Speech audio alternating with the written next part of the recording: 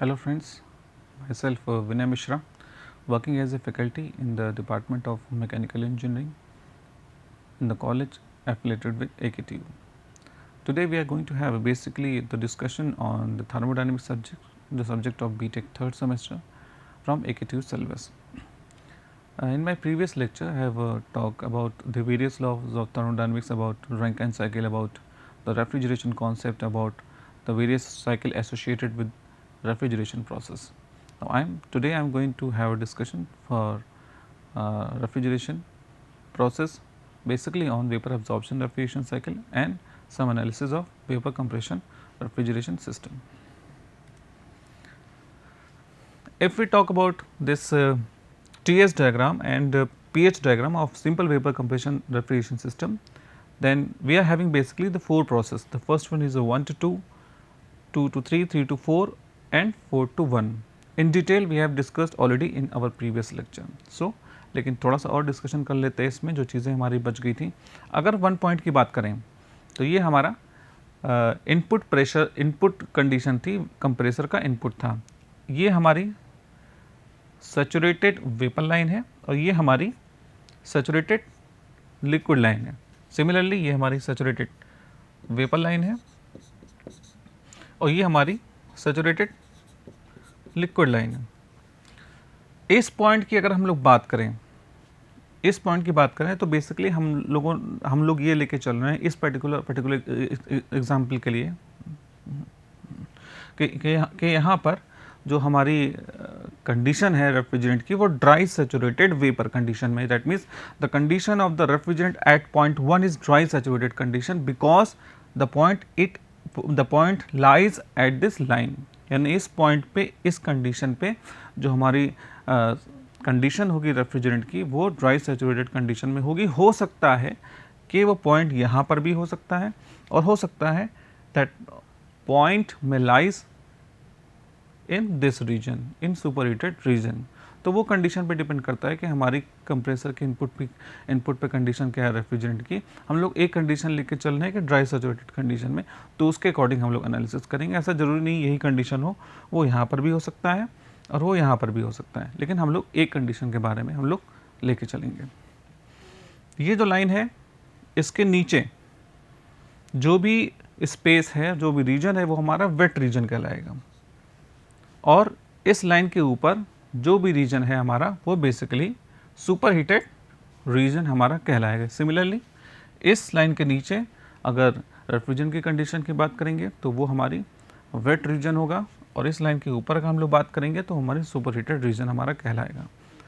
इस लाइन की बात करें तो ड्राई सैचुरेटेड कंडीशन में होगा, अगर वेपर के केस में है तो वो वेपर कहलाएगा और अगर लिक्विड के केस में है तो हमारा सैचुरेटेड लिक्विड कहलाएगा. तो यहाँ पर 1 पॉइंट पे अगर हम लोग बात करें कि कंडीशन क्या है रेफ्रिजरेंट की, तो वो basically dry saturated vapour refrigerant है एट प्रेशर दिस वन.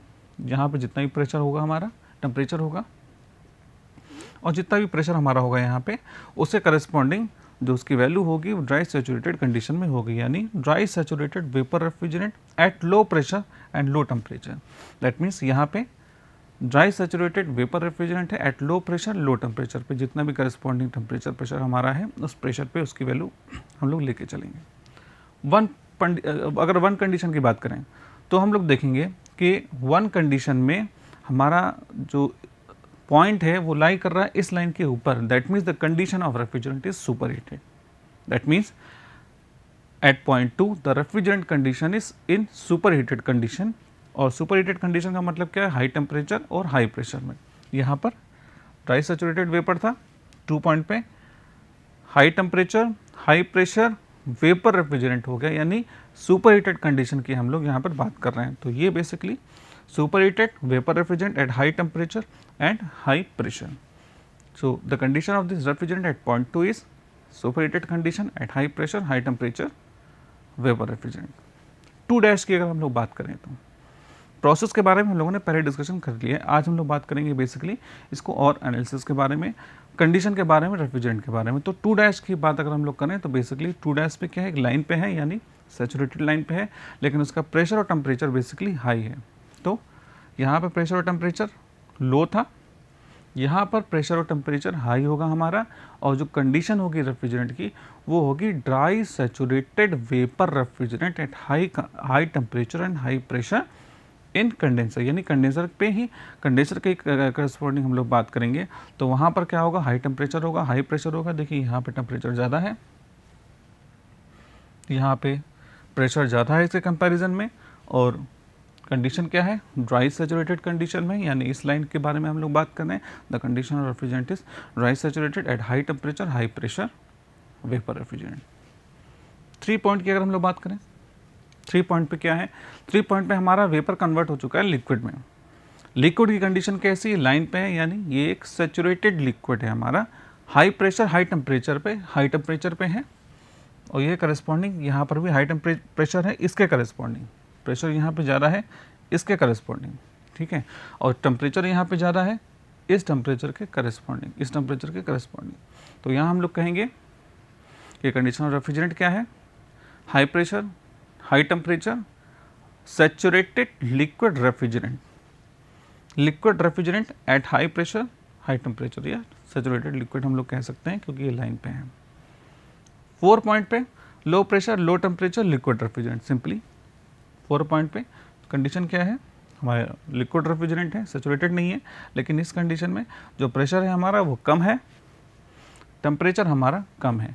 तो इस तरीके से हम लोग देखते हैं कि इस पॉइंट पे जो हमारा कंडीशन है रेफ्रिजरेंट की, ड्राई सैचुरेटेड है, सुपर हीटेड है, ड्राई सैचुरेटेड वेपर है, हाई प्रेशर हाई टेम्परेचर पे, यहाँ प्रेशर टेम्परेचर कम था, ये सैचुरेटेड लिक्विड है और ये लिक्विड है।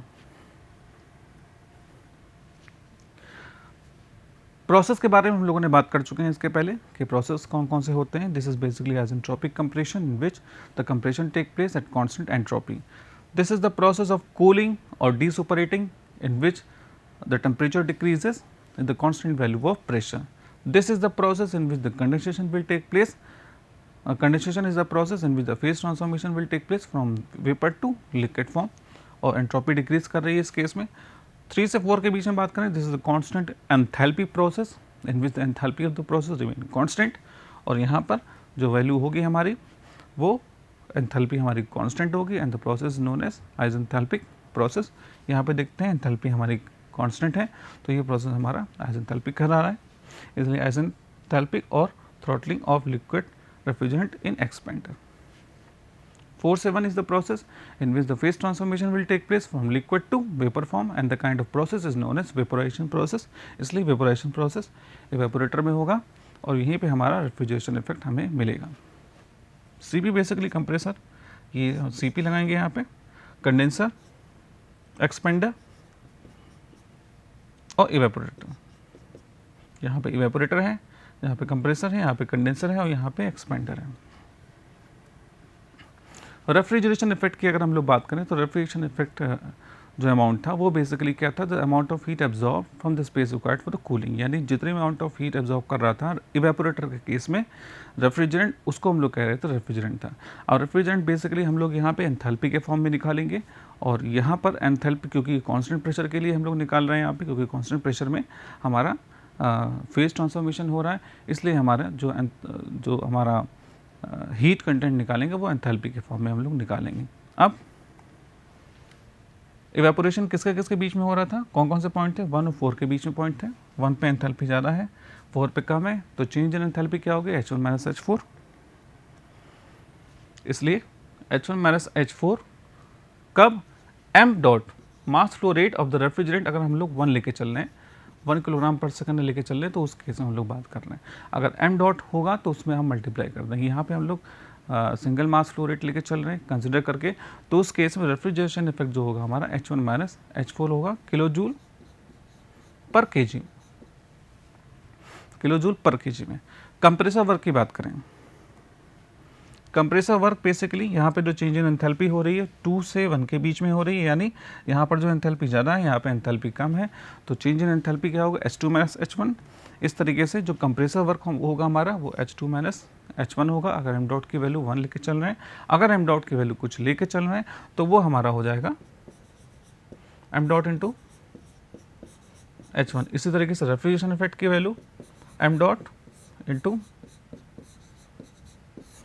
H4 H2 माइनस H1 ये हो जाएगी हमारी। कंडेंसर हीट आउटपुट को लेकर चलें तो कंडेंसर हमारा कहाँ कहाँ पे लगा हुआ है, यहाँ से लेकर के यहाँ तक कंडेंसर है पूरा। 2 से 3 के बीच में 2 पे एंथैल्पी जा रहा है, 3 पे कम, यानी S2 minus S3, S2 minus S3। This is the amount of heat which is rejected in condensation process in condenser, यानी कंडेंसर से जो अमाउंट ऑफ हीट रिजेक्ट होगी वो हमारी H2 माइनस H3 होगी। अगर m डॉट की वैल्यू 1 लेके चले, अगर m डॉट की वैल्यू हम लोग कुछ लेके चल रहे हैं तो वो S3 होगी। इसकी जो यूनिट है वो किलो जूल पर किलोग्राम होगी और इसकी यूनिट हम लोग किलो जूल पर केजी इंटू किलोग्राम पर सेकेंड या किलो जूल पर सेकेंड हम लोग लिख के चल सकते हैं, क्योंकि m डॉट से मल्टीप्लाई किया, m डॉट की वैल्यू किलोग्राम पर सेकंड में होगी, किलो किलो हमारा कट जाएगा तो किलो जूल पर सेकंड में हमारी यूनिट आ जाएगी। और या तो अगर कंप्रेसर वर्क हम लोग निकाल रहे हैं तो वो किलोवाट में हमारा वो कन्वर्ट हो जाएगा। तो इस तरीके से हम लोगों ने देखा कि रेफ्रिजरेशन इफेक्ट की वैल्यू कैसे निकाल रहे हैं हम लोग, कंप्रेसर वर्क, कंडेंसर वर्क कैसे निकाल रहे हैं। और सिमिलरली COP के लिए हम लोग वैल्यू निकाल लेंगे। As we know that COP is basically the coefficient of performance, the performance rating parameter of any refrigerating component और कूलिंग इफेक्ट जो क्रिएट करता है उस केस में जो कंपोनेंट हम लोग यूज़ करते हैं उसकी परफॉर्मेंस रेटिंग हम लोग COP के फॉर्म में निकालते हैं। That means we can simply calculate the value of COP for this basic component, basic refrigerating component, that must be equal to the ratio of refrigeration effect to the work input. Refrigeration effect हमारा ये था H1 minus H4 और जो work done हमारा हो जाएगा वो H2 minus H1। तो ये बेसिकली हमारी COP आ जाएगी वेपर कंप्रेशन रेफ्रिजरेशन सिस्टम के केस में। H1 माइनस H4 हमारा रेफ्रिजरेशन इफेक्ट हो जाएगा और कंप्रेसर वर्क हमारा H2 माइनस H1 हो जाएगा। अगर m डॉट की वैल्यू लेके चलेंगे तो m डॉट ऊपर m डॉट नीचे, वो दोनों वैल्यूज कट जाएंगे हमारे, तो COP की वैल्यू हमारी बेसिकली ये आएगी। अगर given enthalpies H1 H2 H4 ये सारी चीज़ें हैं। तो इस तरीके से हम लोग रेफ्रिजरेशन इफेक्ट की वैल्यू हम लोग H1 माइनस H2 H4 के फॉर्म में निकाल लेंगे और H2 माइनस H1 की जो वैल्यू है वो हमारी कंप्रेसर वर्क हो जाएगी। इस तरीके से हम लोग COP की वैल्यू इस सिंपल VCR के केस में हम लोग निकाल सकते हैं। अब हम लोग थोड़ा सा इसमें रेफ्रिजरेशन टेबल के बारे में थोड़ा सा देख लेते हैं कि रेफ्रिजरेशन टेबल में हम लोग H1 H2 की वैल्यू कैसे निकालेंगे और उसको कैसे लेके चलेंगे। अगर यहाँ पे बात करें H1 की बात करें तो H1 1 पॉइंट का मतलब क्या है कि it is the condition of refrigerant in dry saturated state. और ड्राई सैचुरेटेड स्टेट में हम लोग जो रेफ्रिजरेंट जो टेबल हम लोग देखेंगे वो इसके करस्पॉन्डिंग Hg की वैल्यू हम लोग लेंगे। किसके करस्पॉन्डिंग? इस टेम्परेचर या गिवन प्रेशर के करस्पॉन्डिंग हम लोग Hg की वैल्यू लेके चलेंगे। Hg की वैल्यू क्यों लेके चलेंगे? क्योंकि गैसेस फॉर्म है, यानी एक ड्राई सैचुरेटेड कंडीशन है और x की वैल्यू जहाँ पर 1 होगी तो यहाँ पर इसलिए हम लोग यहाँ पे H1 की जो वैल्यू है वो Hg1 के बराबर यहाँ पे हो जाएगी। H2 की वैल्यू अगर S1 की वैल्यू लेके चलें यहाँ पे तो वो भी Sg1 के बराबर हो जाएगी। ड्राई सैचुरेटेड कंडीशन है। अगर पॉइंट नंबर 2 पे हम लोग H की वैल्यू निकालेंगे तो वो हमारी सुपर हीटेड कंडीशन वाली आएगी। H2 is equal to H super heated condition, जो हमारी डायरेक्ट टेबल से हम लोग निकाल सकते हैं। और यहाँ पे जो एंट्रोपी की वैल्यू होगी 2 पॉइंट पे हम लोग देखते हैं कांस्टेंट एंट्रोपी प्रोसेस है, तो S1 is equal to S2 लेके चलेंगे।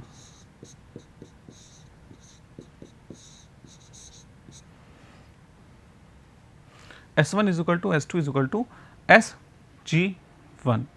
तो ये वेपर एंट्रोपी 1 पॉइंट पे एंट्रोपी के बराबर हो जाएगी। Sg बेसिकली जो वेपर एंट्रोपी है और H हमारी एंट्रोपी है, सॉरी Hg जो वैल्यू है वो एंथैल्पी है, वेपर एंथैल्पी है। Sg जो हमारी वैल्यू हो, सॉरी वो एंट्रोपी है, वेपर एंट्रोपी है। और S हमारी करस्पॉन्डिंग पॉइंट के लिए एंट्रोपी की वैल्यू निकाली है और H हमने जो निकाला है करस्पॉन्डिंग पॉइंट के लिए एंथैल्पी की वैल्यू हम लोगों ने निकाली है। अगर 2 पॉइंट पे हम लोग बात करें तो एंथैल्पी कैसे निकालेंगे, एंट्रोपी कैसे निकालेंगे, तो H2 डैश की वैल्यू जो बेसिकली जो होगी हमारी Hg होगी, Hg2 dash corresponding to temperature and pressure this one. इसके करस्पॉन्डिंग टेम्परेचर प्रेशर जो हमें मालूम होगा, जो भी वैल्यू गिवन होगी उससे करस्पॉन्डिंग हम लोग एच जी की वैल्यू निकाल लेंगे। तो वहीं पे हमारी वो वैल्यू होगी हमारी एच टू डैश के बराबर, एच टू डैश के बराबर एच जी टू डैश।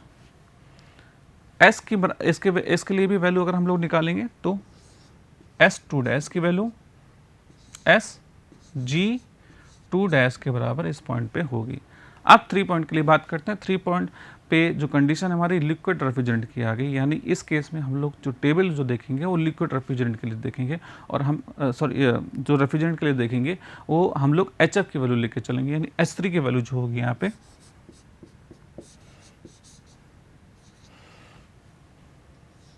ये बेसिकली 3 है, H3 की वैल्यू HF3 के बराबर होगी, यानी इस करस्पॉन्डिंग टेम्परेचर प्रेशर पे हम लोग HF की वैल्यू निकालेंगे, वही हमारी H3 की वैल्यू हो जाएगी। HF का मतलब है कि हम लिक्विड एंथैल्पी की हम लोग बात करेंगे, वो वाला टर्म देखेंगे जहाँ पे लिक्विड एंथैल्पी की वैल्यू हमारी गिवन होगी H3 की value. H3 is equal to H4, H3 is equal to H4, क्योंकि कांस्टेंट एंथैल्पी प्रोसेस है, कांस्टेंट एंथैल्पी प्रोसेस में एंथैल्पी हमारी कांस्टेंट रहेगी, तो जो अमाउंट ऑफ एंथैल्पी यहाँ पर होगी वही हमारी एंथैल्पी जो होगी यहाँ पे होगी, and H3 is equal to H4। तो इस तरीके से 2 पॉइंट पे सुपरहीटेड कंडीशन, 1 पॉइंट पे Hg की वैल्यू निकाल लेंगे, Sg1 की वैल्यू निकाल लेंगे, 2 डैश पे Sg2 की 2 डैश की वैल्यू निकाल लेंगे, 3 पे HF की वैल्यू निकाल लेंगे, क्योंकि पॉइंट नंबर 3 पे हमारी लिक्विड बन चुका है, एंथैल्पी है, कांस्टेंट एंथैल्पी प्रोसेस है, तो यहाँ पर हम लोग H3 की वैल्यू H4 के बराबर लिखेंगे, और सिमिलरली हम लोग वैल्यूज निकालते चले जाएंगे, COP की वैल्यू हम लोग निकाल लेंगे। अब हम लोग बात करते हैं जो हमारा लास्ट टॉपिक है, तो वेपर एब्जॉर्प्शन रेफ्रिजरेशन सिस्टम। ये बेसिकली एक मॉडिफाई है एक तरीके से वेपर कंप्रेशन सिस्टम का। यहाँ पर हम लोग क्या करते हैं, वेपर को कंप्रेस करने के लिए कंप्रेसर का यूज़ हम लोग नहीं करते। कंप्रेसर का यूज़ हम लोग बेसिकली यहाँ पे नहीं करते हैं। कंप्रेसर की जगह हम लोग यूज़ करते हैं जनरेटर का, पंप का, एक्सपेंशन वॉल्व का और एब्जॉर्बर का। ठीक है, ये बाकी के सारे जो कंपोनेंट है वो हमारे सेम रहते हैं। इवेपोरेटर भी हम लोग वहाँ यूज़ करते थे, इवेपोरेटर यूज़ यहाँ पे कर रहे हैं। इवेपोरेटर के बाद कंप्रेसर लगा रहता था वहाँ पे, तो यहाँ पर हम लोग कंप्रेसर की जगह ये सारे कंपोनेंट्स यूज़ करेंगे। उसके बाद कंप्रेसर के बाद कंडेंसर में जाता था, तो सिमिलरली यहाँ पे कंडेंसर का यूज़ कर रहे हैं। कंडेंसर के बाद रिसीवर में जाता था, जहाँ पर रिसीव हो जाता था सिंपल वेपर कंप्रेशन में, तो यहाँ पर भी रिसीवर का यूज़ कर रहे हैं। और उसके बाद एक्सपेंशन वाल्व, थ्रॉटलिंग डिवाइस का यूज़ करते थे सिंपल वेपर कंप्रेशन में। सारी चीज़ें हम लोग वही यूज़ कर रहे हैं, लेकिन यहाँ पे कंप्रेसर नहीं यूज़ करते हैं। कंप्रेसर की जगह high pressure high temperature vapour refrigerant को अचीव करने के लिए हम लोग ये बेसिकली कंपोनेंट्स हम लोग यूज़ करते हैं। यहाँ पर बेसिकली क्या होता है कि वेपर जो रेफ्रिजरेंट हम लोग यूज़ करते हैं वो basically ammonia as a refrigerant use होती है। और यहाँ पर 2 पॉइंट से स्टार्ट करके चलते हैं। यहाँ पर जो अमोनिया हमको मिलती है, ठीक है, तो वो अमोनिया किस फॉर्म में होती है, हमारी बेसिकली वेपर के फॉर्म में होगी। लिक्विड से वेपर जब कन्वर्ट हो चुका होगा एवेपोरेटर में, तो वेपर के फॉर्म में हमारी अमोनिया होगी, वो इस वाटर सॉल्यूशन में एब्जॉर्ब हो जाती है। जब लो टेम्परेचर लो प्रेशर पे वाटर सॉल्यूशन में अमोनिया जब एब्जॉर्ब हो जाएगी, जो हमारा जो सॉल्यूशन बनेगा हमारा, वो बेसिकली कहलाएगा strong solution of aqua ammonia. Aqua means water, ammonia means refrigerant. यानी हमारे पास जो यहाँ पर जो रेफ्रिजरेंट था वो वेपर अमोनिया थी, लिक्विड से वेपर में चेंज हुआ था, तभी वो वेपराइजेशन हुआ था। अब वेपर जो हमको मिला है यहाँ पे वो लो टेम्परेचर लो प्रेशर वेपर जो होगा वो इस वाटर के सोल्यूशन में एब्जॉर्ब हो जाएगा। सॉल्यूशन जो बनेगा हमारा स्ट्रॉन्ग सॉल्यूशन कहलाएगा ऑफ एक्वा अमोनिया। उससे हम कहेंगे this is strong solution of aqua ammonia. लेकिन इस कंडीशन में होता क्या है कि सर्टेन अमाउंट ऑफ हीट का हीट क्रिएट होती है, जिसको निकालना बहुत ज़रूरी होता है। इसलिए यहाँ पे बेसिकली हम लोग कूलिंग अरेंजमेंट करते हैं, कूलिंग वाटर का यूज़ करते हैं, जिससे सर्टेन अमाउंट ऑफ हीट को बाहर निकाला जा सके। क्योंकि अगर वो हीट को हम नहीं निकालेंगे तो वो उस टेम्परेचर प्रेशर को हमारा बढ़ा देगा, जिससे जो ज़्यादा से ज़्यादा अमोनिया जो सोल्यूबल होने वाली है वाटर के केस में, जो स्ट्रॉन्ग सॉल्यूशन हमारा बनने वाला है, वो अच्छे से सॉल्यूशन हमारा नहीं बन पाएगा। इसलिए यहाँ पर certain amount of cooling arrangement हम लोग करते हैं, जिससे कि सर्टेन अमाउंट ऑफ जो इस प्रोसेस में जो हीट जनरेट हो रही है उसको बाहर निकाला जा सके, जिससे कि ज़्यादा से ज़्यादा अमोनिया जो है वाटर में सोल्यूबल हो और स्ट्रॉन्ग सॉल्यूशन हमारा बन जाए। ये स्ट्रॉन्ग सॉल्यूशन पंप के through high pressure high temperature में जनरेटर में प्रोवाइड कर दिया जाता है। यानी यहाँ पर जो सॉल्यूशन जाएगा वो बेसिकली हमारा स्ट्रॉन्ग एक्वस अमोनिया सॉल्यूशन जाएगा जो जनरेटर में प्रोवाइड कर दिया जाएगा। इस जनरेटर में होगा क्या, अब हमारे पास strong solution of aqua ammonia आ गया है जिसमें ज़्यादा अमाउंट ऑफ अमोनिया है और कम अमाउंट ऑफ वाटर है, यानी ज़्यादा से ज़्यादा हमारा स्ट्रॉन्ग सॉल्यूशन है। अब यहाँ पर होगा क्या, हाई टेम्परेचर हाई प्रेशर पे है हमारे पास सॉल्यूशन। हम क्या करेंगे, यहाँ पे हीटिंग कोयल हम लोग लगाएंगे।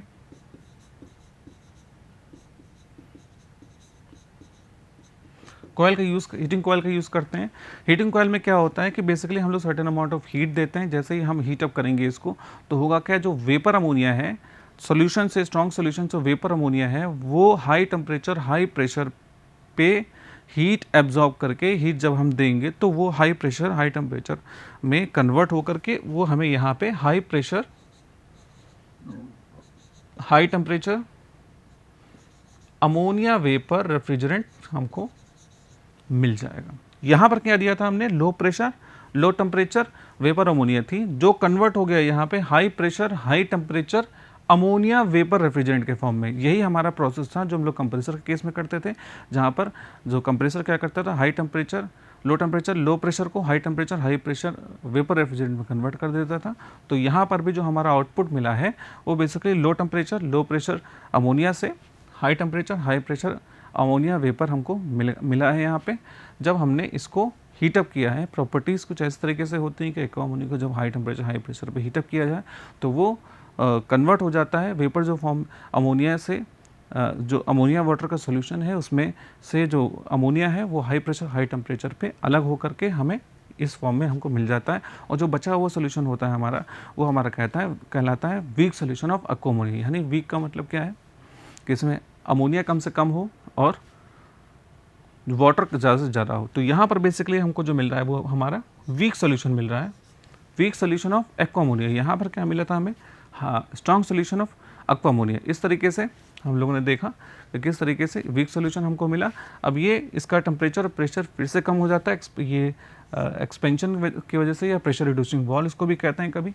तो इस कंडीशन में होता क्या है, प्रेशर हमारा रिड्यूस हो जाता है, टेम्परेचर हमारा थोड़ा सा कम हो जाता है। तो ये इस वीक जो सॉल्यूशन होता है फिर से यहाँ पर चला जाता है और फिर यहाँ पे एब्जॉर्बर में वेपर अमोनिया जो यहाँ से आ रही होती है उस वीक सॉल्यूशन में एब्जॉर्प्शन होता है, स्ट्रॉन्ग सॉल्यूशन बनता है एक्वा अमोनिया का, जिससे सर्टेन अमाउंट ऑफ हीट को जो जनरेशन हो भी रहा है उसको इस कूलिंग वाटर से हीट को बाहर निकाल दिया जाता है, जिससे इसकी सॉल्युबिलिटी ज़्यादा से ज़्यादा हो सके, हमें ज़्यादा से ज़्यादा स्ट्रॉन्ग सॉल्यूशन हमको यहाँ पर मिल सके। इस तरीके से जो स्ट्रॉन्ग सॉल्यूशन होता है उस पंप की मदद से फिर से हाई प्रेशर पे जनरेटर में प्रोवाइड कर दिया जाएगा, जहाँ पर हीटिंग कोयल का यूज़ करके हम लोग हीट करेंगे और उसमें से जो सर्टेन अमाउंट ऑफ जो vapour high pressure high temperature में हमें अमोनिया के फॉर्म में मिल जाएगा और उस वेपर को फिर से कंडेंसेशन में कंडेंस किया जाएगा, हीट का रिजेक्शन होगा, रिसीव कर लिया जाएगा। कंडेंसेशन के बाद जो हमारे पास अमोनिया मिलेगी वो हाई टेम्परेचर हाई प्रेशर की लिक्विड अमोनिया मिलेगी। और यहाँ पर हाई टेम्परेचर हाई प्रेशर पे जो हमें लिक्विड अमोनिया मिल रही है वो फिर से इवेपोरेटर में जाएगा। इवेपोरेटर में क्या होगा, जो भी लिक्विड अमोनिया है वो वेपर अमोनिया में चेंज होगा, फेज ट्रांसफॉर्मेशन होगा। फेज ट्रांसफॉर्मेशन का मतलब फेज ट्रांसफॉर्म होगा और इस तरीके से हम लोग देखते हैं कि फेज ट्रांसफॉर्मेशन होने में सर्टेन अमाउंट ऑफ हीट को वो एब्जॉर्ब करेगा इवेपोरेटर में, जहाँ से एब्जॉर्ब करेगा वहाँ पे हमें रेफ्रिजरेशन इफेक्ट मिलेगा। और जो हमें अब इस कंडीशन में जो हमें वेपर अमोनिया मिलेगा वो vapour ammonia low pressure low temperature के फॉर्म में होगा। इससे पहले एक्सपेंशन वॉल्व से भी वो होकर के गुजरेगा जहाँ पे उसका प्रेशर कम हो जाता है। एक्सपेंशन वॉल्व के बाद वो इवेपोरेटर में आएगा जहाँ पे एक्सपेंशन होगा, जहाँ पे इवेपोरेशन होगा, हीट को एब्जॉर्ब करेगा, कूलिंग इफेक्ट हमको मिलेगा। और ये यहाँ पर जो हमें अब अमोनिया मिलेगा वेपर के फॉर्म में वो लो टेम्परेचर लो प्रेशर के फॉर्म में होगा, वो फिर से इस एब्जॉर्बर में चला जाएगा। अब यहाँ पर फिर से हमें प्रोसेस हमारा रिपीट हो जाएगा। तो ये जो सेक्शन है बेसिकली ये कंप्रेसर सेक्शन हमारा कहलाता है, जहाँ पर हम लोग कंप्रेसर का यूज़ नहीं करते हैं, एक रेफ्रिजरेंट का हम लोग यूज़ करते हैं। तो बेसिकली हम लोग यहाँ पे हीटिंग इफेक्ट यहाँ पे दे रहे हैं, उसकी वजह से हम लोग रेफ्रिजरेशन इफेक्ट हमारा प्रोड्यूस हो रहा है और ये साइकिल हमारी कंप्लीट हो रही है। अगर COP की हम लोग बात करें तो basically COP is the ratio of refrigeration effect to the input, और इनपुट यहाँ पे हम लोग हीट दे रहे हैं, इनपुट क्या दे रहे हैं हम लोग, ऐसे हीट दे रहे हैं। तो यहाँ पर हीटिंग कॉइल में हम लोग हीट को इनपुट करा रहे हैं। तो हमारा हीटिंग कॉइल में अगर हीट हम लोग इनपुट अगर मान के चलिए, अगर Qg है, Qg is the amount of heat use given in generator, generator case में जितनी हम लोग हीट हम दे रहे हैं इसको हीट अप करने के लिए, जिससे हाई प्रेशर हाई टेम्परेचर में अमोनिया बन सके, तो वो अगर उसकी वैल्यू अगर हमारी Qg है और हीट जो एब्जॉर्ब कर रहा है रेफ्रिजरेंट सराउंडिंग से कूलिंग इफेक्ट दे रहा है, अगर उसकी वैल्यू हमारी Qe है, तो हम लोग का जो COP है वो बेसिकली क्या हो जाएगा, डिजायर्ड इफेक्ट जो हमको चाहिए, यानी कूलिंग इफेक्ट यानी refrigeration effect, QE divide by जो हम लोग दे रहे हैं, दैट मीन्स जो अमाउंट ऑफ हीट हम लोग दे रहे हैं Qg। तो ये हमारा COP की वैल्यू जो हो जाएगी, हीट रेफ्रिजरेशन इफेक्ट जो इवेपोरेटर में एब्जॉर्ब कर रहा है, और जनरेटर के केस में जो हम लोग हीट दे रहे हैं दैट इज बेसिकली इनपुट, और उस केस में हम लोग COP की वैल्यू हम लोग निकाल लेंगे। एक न्यूमेरिकल है, इसमें कार्नोट साइकिल के लिए 1.2 किलोवाट पर टन ऑफ रेफ्रिजरेशन गिवन है, low temperature high temperature given है। अब यहाँ पे COP ऑफ रेफ्रिजरेटर हमें निकालना है। तो COP ऑफ रेफ्रिजरेटर निकालने के लिए लो टेम्परेचर आपको दे रखा है -38 डिग्री सेंटीग्रेड। इस केस में COP ऑफ कार्नोट रेफ्रिजरेटर के लिए हम लोग निकालने के लिए क्या करेंगे, जाहिर सी बात है कार्नोट रेफ्रिजरेटर है तो जाहिर सी बात है यहाँ पे COP हमारी बराबर होगी एक्चुअल COP से, कार्नोट साइकिल की COP की बराबर होगी। उस केस में हम लोग क्या करेंगे, heat absorb upon work done, heat absorb की वैल्यू यहाँ पे पर टन ऑफ रेफ्रिजरेशन दे रखी है, इसलिए 1 टन की वैल्यू 14,000 किलो जूल को वैल्यू लेकर के हम लोग चलेंगे, और वर्क डन की वैल्यू 1.3 किलोवाट ले रखे हैं, तो इसलिए इसकी वैल्यू हमारी आ जाएगी 2.99। अगर टेम्परेचर के बारे में बात करें तो ये लोअर टेम्परेचर हमको दे रखा है, और हाई टेम्परेचर हम लोग इस फॉर्म में इसकी वैल्यू निकाल सकते हैं T1 की हाई की वैल्यू टेम्परेचर, क्योंकि यहाँ पर जो COP की वैल्यू है कार्नोट साइकिल की COP हमारी एक्चुअल COP के बराबर होगी, क्योंकि हमारा रेफ्रिजरेटर जो है वो कार्नोट साइकिल पे वर्क कर रहा है। इस कंडीशन में जो 2.99 की वैल्यू हमारे कार्नोट साइकिल COP के बराबर यहाँ पे कर देंगे, और हमारी T1 की वैल्यू यहाँ पर हमें आ जाएगी, that will be equal to 4.6। अगर delivered as a heat pump के लिए अगर हम लोग बात करें, heat pump as a use हो रहा है, तो उस केस में हम लोग डायरेक्ट वैल्यू भी निकाल सकते हैं। हीट पंप के लिए अगर COP हमको निकालना है तो हमें COP हमें रेफ्रिजरेटर के लिए पता है, इसमें हम एक जोड़ दें, इसके बारे में डिस्कशन हम लोग पहले भी कर चुके हैं। तो एक जोड़ने पे जो हमारी वैल्यू आएगी वो 3.99 आएगी, 2.99 में 1 जोड़ देंगे तो 3.99 आ जाएगी। या उसका दूसरा तरीका ये है कि इस तरीके से भी हम लोग इसकी वैल्यू निकाल सकते हैं। Heat absorb 14,000 divide by 60 plus 1.3 जो वर्क डन हमारा है किलो जूल में, उसको चेंज किलो जूल पर मिनट में हम लोगों ने चेंज किया है, तो यहाँ पर इसकी वैल्यू इस तरीके से भी हम लोग निकाल सकते हैं। COP of heat pump that must be equal to heat deliver to the work done.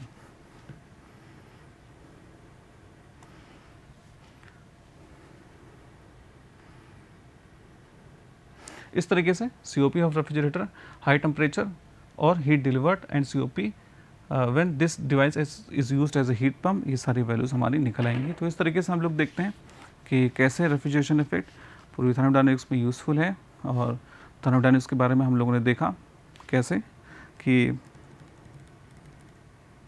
Thermodynamics के बारे में हम लोगों ने देखा कि कैसे रेफ्रिजरेशन और refrigeration process, thermodynamics process, Rankine cycle, concept of entropy, first law of thermodynamics, second law of thermodynamics, किस तरीके से कॉन्सेप्ट क्या है इसके पीछे, इन सारे एनालिसिस हम लोगों ने किया, कुछ न्यूमेरिकल्स लगाए और इसके बेसिक फंडामेंटल्स हम लोगों ने जाने। ओके, धन्यवाद, थैंक्स अ लॉट।